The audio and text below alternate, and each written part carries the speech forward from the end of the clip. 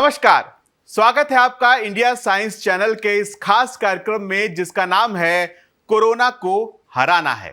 एक तरफ जहां देश में कोरोना के मामलों में लगातार कमी आ रही है, तो वहीं दूसरी तरफ अब बड़ी संख्या में लोगों का वैक्सीनेशन भी हो चुका है।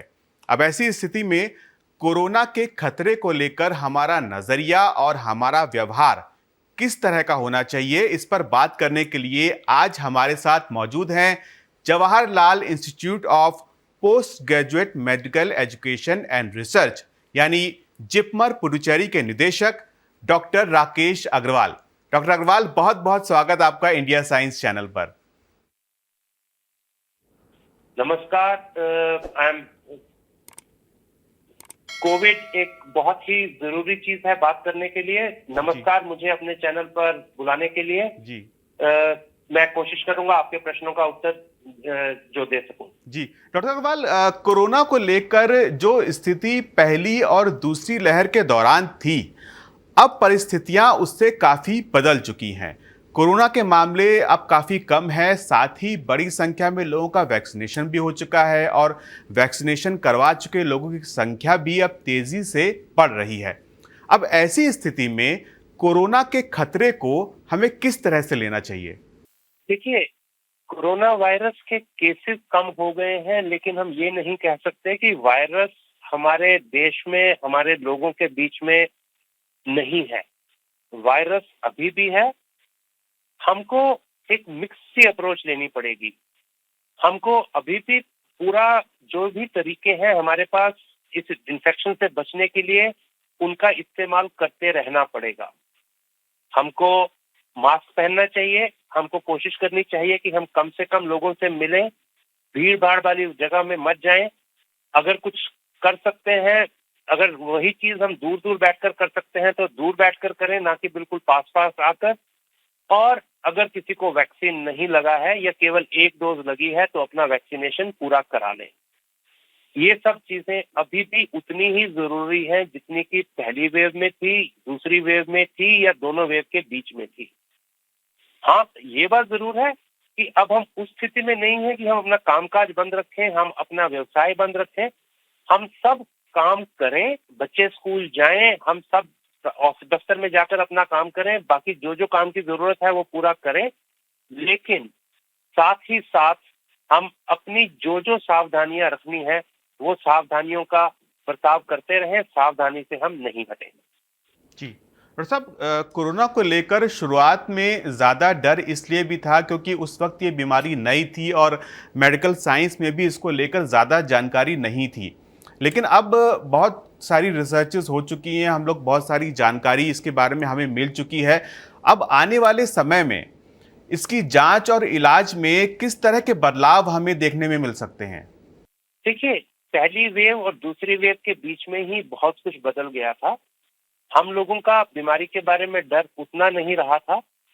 जो पहली बार था हमें पता नहीं था क्या होगा, दूसरी बार तक हमारे पास ये बहुत क्लियर हो गया था कि हमको बीमारी से उतना डरने की जरूरत नहीं है। बचाव के तरीके साफ हो गए थे कि हम अगर दूरी मेंटेन करें और अगर हम मास्क पहने, अगर हम सफाई रखें तो इन्फेक्शन होने का खतरा बहुत कम है। वही चीज अभी है। अब हम समझते हैं कहाँ टेस्ट कराना है। अब हम समझते हैं कि बचाव के लिए हमारे पास एक तरीका और है, वो है कि वैक्सीन लगवा लेने का, और वो सब हम कर भी रहे हैं। लेकिन इन सब का मतलब ये नहीं है कि हम जो भी चीजें हम कर सकते हैं उनको छोड़ दें, क्योंकि बीमारी वही है। अभी भी कुछ लोगों को बीमारी सीरियस हो सकती है, उनको वेंटिलेटर की जरूरत पड़ सकती है, उनको आईसीयू केयर की जरूरत पड़ सकती है, उनकी बीमारी इतनी सीरियस हो सकती है कि जान चली जाए। इसलिए, और ये हम कह नहीं सकते किसकी बीमारी सीरियस होगी किसकी नहीं। हाँ, ये जरूर कह सकते हैं जिनको वैक्सीन लगा है उनमें बीमारी सीरियस होने की खतरा जितना कि जिनको वैक्सीन नहीं लगा उससे कम है। लेकिन सावधानी रखने का अभी भी जरूरत है, और जो जो चीजें हम पहले कर रहे थे वो सब अभी भी करते रहने की जरूरत है। डॉक्टर साहब, लोगों को अगर आप देखें तो लोग भी अब कोरोना एप्रोप्रिएट बिहेवियर को लेकर उतने ज़्यादा गंभीर दिखाई नहीं पड़ते हैं, और आज की जो स्थिति है उसमें लोगों का आचरण अब किस तरह का होना चाहिए? मैं आपको अपने बारे में बता सकता हूँ। अभी मैंने मास्क केवल इसलिए उतारा है क्योंकि मैं एक कमरे में अकेला बैठा हूँ और आपसे टीवी पर बात कर रहा हूँ।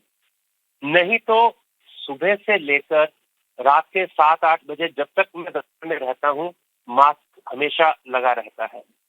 ये इतना मुश्किल नहीं है जितना कि हम समझते हैं। ये सिर्फ एक सोचने की बात है, ये सिर्फ एक आचरण और उसको आदत बना लेने की बात है। अभी भी हमको इन सब सावधानियों की उतनी ही ज़रूरत है जितनी पहले थी। बल्कि मैं कहूँगा जैसे कि अभी ये फेस्टिवल सीज़न है, इस समय क्योंकि बाकी लोग प्रिकॉशन नहीं ले रहे हैं, इसलिए हर कोई जो अपने आप को बचाना चाहता है, उसके लिए सावधानियाँ बरतने का और भी ज़्यादा ज़रूरत है। लोग इसको कोविड फैटीग बोल रहे हैं, ये सब सोचने का तरीका है। जस्ट वैक्सीन लग गया तो इसका मतलब ये नहीं कि हम ध्यान देना छोड़ दें।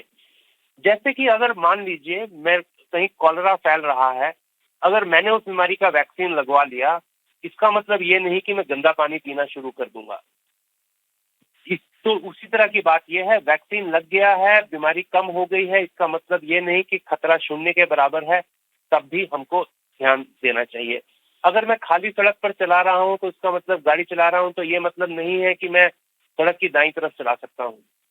इसी तरह यहाँ पर बीमारी कम हो गई है तो इसका मतलब ये नहीं है कि मेरे को ध्यान देने की जरूरत नहीं है। अभी भी हमें उतनी ही एहतियात बरतने की जरूरत है जितनी कि हम पहले बरत रहे थे। पेंडेमिक खत्म नहीं हुआ है। बहुत से देशों में जहां बीमारी कम हो गई थी, दोबारा बीमारी बढ़ रही है। तो ये नहीं बोल रहा हूं कि हम बिल्कुल उसी तरह जैसा लॉकडाउन था वैसे बैठे रहे। काम करें, लेकिन हर समय ये ध्यान रहे कि कुछ चीजें हैं जिनसे कि हम अपना खतरा कम कर सकते हैं।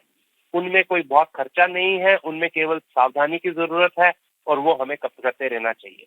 जी, तो डॉक्टर साहब मतलब लोगों को ये समझने की ज़रूरत है कि जिस तरह की लाइफ़स्टाइल कोरोना से पहले की थी, शायद उस तरह का लाइफ़स्टाइल जो है वो अब आगे नहीं रहेगा। अब न्यू नॉर्मल यही है, इसी के हिसाब से लोगों को अपने आप को एडजस्ट करना होगा?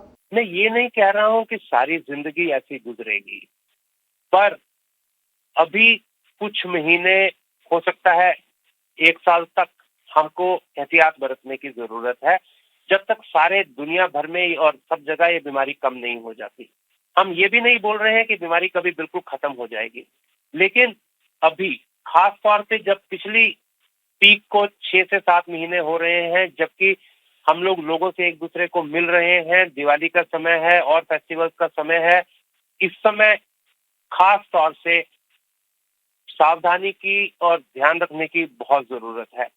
ये न्यू नॉर्मल टेम्पररी है, ऐसा नहीं कि जिंदगी भर वैसा रहेगा, लेकिन अभी खतरा पूरा नहीं टला है, कम हो गया है, लेकिन पूरा नहीं खत्म हुआ है।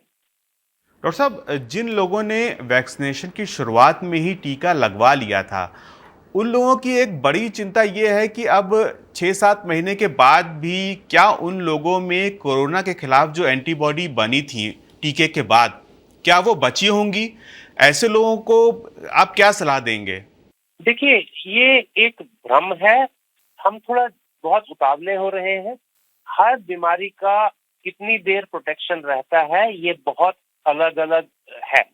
जैसे कि कुछ बीमारियां हैं जिनके अगेंस्ट कभी भी प्रोटेक्शन नहीं होती, एंटीबॉडी बनती है पर प्रोटेक्शन नहीं होती। दूसरी तरफ बीमारियां हैं जैसा कि स्मॉल पॉक्स था, जैसे कि चिकन पॉक्स है। एक बार अगर बीमारी हो जाए और एक बार यह वैक्सीन लग जाए तो जिंदगी भर प्रोटेक्शन रहता है। हम प्रोटेक्शन इन्फेक्शन के लिए नहीं देखते, हम ये देखते हैं कि जो बचाव हो रहा है वो बीमारी के अगेंस्ट हो रहा है कि नहीं। इस समय जो हमारी जानकारी है, हमारे देश में ही नहीं पर दुनिया भर में, वो ये है कि अगर वैक्सीन लगे कुछ समय हो गया है, कुछ लोगों को इन्फेक्शन जरूर होता है, लेकिन सीरियस बीमारी बहुत कम होती है। इसलिए दुनिया भर में और डब्ल्यूएचओ का भी इस समय विचार ये है कि अभी हम इंतजार करें। जब तक बीमारी नहीं हो रही है तब तक एक और डोज देने का, जिसको कि लोग बूस्टर डोज कह रहे हैं, औचित्य नहीं है। कुछ खास लोगों में, कुछ जिन लोगों को कुछ खास तरह की स्थिति है, कोई खास बीमारियां हैं, जैसे कि ट्रांसप्लांट की वजह से वो ऐसी दवाई ले रहे हैं कि उनकी इम्यूनिटी वीक है, उनको एक तीसरी डोज देने की औचित्य हो सकता है। उसके बारे देश में जो कमेटीज हैं जो डिसाइड करती हैं, उनमें विचार विमर्श चल रहा है। लेकिन आम व्यक्ति को, जैसे आप हैं, मैं हूं, उनको तीसरी डोज की जरूरत नहीं है।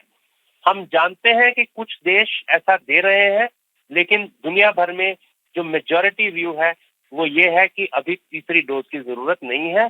अगर जरूरत होगी तो हमारे देश में भी वो दे दी जाएगी, लेकिन अभी हम उस स्थिति में नहीं है। डॉक्टर साहब, कोरोना वायरस का जो एक नया वेरिएंट है AY.4.2, उसको लेकर भी इस समय काफ़ी चर्चा हो रही है। तो क्या अगर हम अपने देश के लिहाज से देखें, भारत के लिहाज से, तो क्या हमें इसको लेकर चिंता करने की ज़रूरत है? जो वायरस कोविड वायरस है या सार्स कोरोना वायरस 2 है, वो आरएनए वायरस है। इन वायरसेस में थोड़ा थोड़ा बदलाव दिन प्रतिदिन होता रहता है, वेरिएंट्स बनते रहते हैं, लेकिन मेजॉरिटी वेरिएंट जो बनते हैं उनसे कोई खास खतरा नहीं होता। वो वैसे ही है जैसा कि पहले का वायरस था। हमको चिंता करने की जरूरत, जिसका हम बोलते या सोचने की जरूरत, चिंतित होने की जरूरत, जिसको हम वेरिएंट ऑफ कंसर्न बोलते हैं, वो तब होती है जब ऐसा लगे कि ये वेरिएंट की वजह से वायरस में इतना बदलाव हो गया है कि उसका हमारे ऊपर असर अलग तरह का होगा। कुछ एक तरह के होते हैं, इससे पहले होते हैं एक वेरिएंट ऑफ इंटरेस्ट, जिसमें कि हम सोचते हैं कि इसको हम ध्यान रखें, लेकिन उसके बारे में हम चिंतित नहीं है। AY4.2 अभी हम बिल्कुल इसके बारे में चिंता करने की जरूरत नहीं है। लोग इसको ट्रैक कर रहे हैं, लोग उसके ऊपर आंखें गड़ाए हुए हैं, उसके ऊपर देख रहे हैं कि वो कैसे बिहेव करता है। जब तक हमें ये ना लगे कि उसकी वजह से जो बीमारी होती है वो ज्यादा सीरियस तरह की होती है, या ये ना लगे कि उससे जो इन्फेक्शन होती है वो कुछ खास प्रॉब्लम कर रहा है, मतलब कि जिन लोगों को इन्फेक्शन हो चुका है या जिन लोगों को वैक्सीन मिल चुका है उनमें भी ये इन्फेक्शन बहुत ज्यादा फैल रही है, तब तक हमें उसके बारे में परेशान होने की जरूरत नहीं है। जी। डॉक्टर साहब, जिस तरह से जैसे आपने बताया कि नए-नए वेरिएंट सामने आ रहे हैं, क्या आपको लगता है कि हमें ये जो नए वेरिएंट हैं, इनसे जो इनएक्टिवेटेड वायरस है, उसको लेकर जो मौजूदा वैक्सीन है, उसका एक नया वर्ज़न तैयार करने की ज़रूरत है? देखिए, आज की डेट में बीच में कुछ कंपनीज ने कोशिश करना शुरू किया था। जब ये वेरिएंट्स हमने शुरू में देखा कि इनसे इन्फेक्शन बढ़ रहा है, लेकिन वो अटेम्प्ट्स कहीं बहुत ज्यादा पहुंची नहीं है, क्योंकि ये देखा गया कि जब हमने अल्फा और बीटा वेरिएंट के अगेंस्ट वैक्सीन बनाए, जब तक वो वैक्सीन बने और जब तक उनकी ट्रायल शुरू होती, वो वेरिएंट अपने आप से दुनिया से कम हो गए या गायब हो गए।